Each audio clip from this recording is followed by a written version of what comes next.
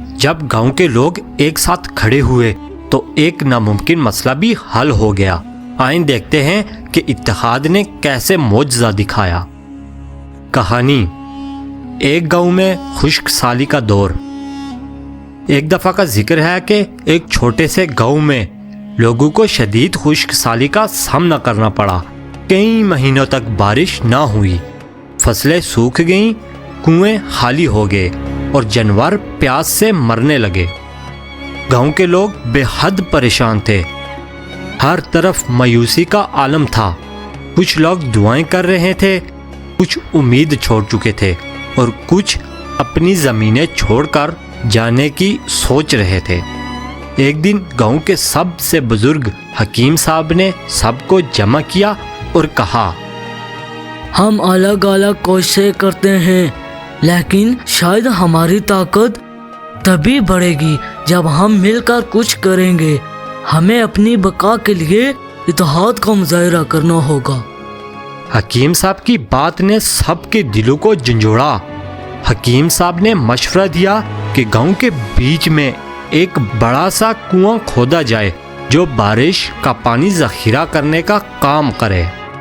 پہلے تو لوگوں نے کہا کہ یہ کام ناممکن ہے، زمینیں سخت ہیں اور گاؤں کے پاس وسائل بھی بہت ہی کم ہیں، لیکن بزرگوں نے انہیں حوصلہ دیا اور کہا، اگر ہم متحد ہو جائیں تو یہ کام ممکن ہو سکتا ہے۔ اگلے دن سے ہی گاؤں کے لوگ کام پر لگ گئے۔ مردوں نے بیلچے اور کدالیں سنبھال لیں اور زمین کھودنے لگے۔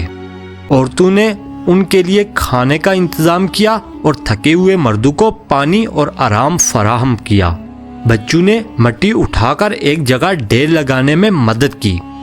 کام شروع میں تو بہت سست تھا، زمین خشک اور سخت تھی اور کچھ لوگوں نے ہمت ہارنے کی کوشش کی، لیکن باقی گاؤں والوں نے ان کی حوصلہ افزائی کی۔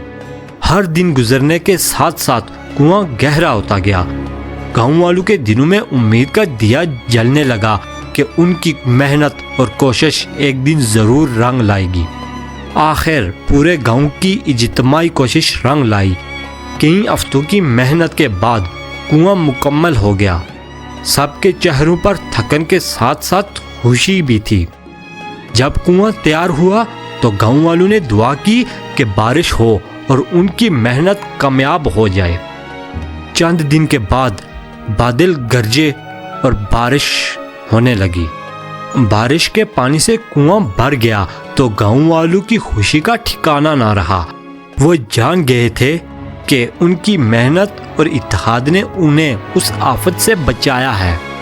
بزرگ حکیم صاحب نے سب کو مبارک دی اور کہا، یہ کنواں صرف پانی کا ذریعہ نہیں ہے، یہ ہمارے اتحاد اور محبت کی علامت ہے۔ ہم نے ثابت کر دیا کہ جب ہم ایک ساتھ کھڑے ہوتے ہیں تو کوئی مشکل ہمیں ہرا نہیں سکتی۔ گاؤں کے لوگ اس دن کو ہمیشہ یاد رکھنے لگے۔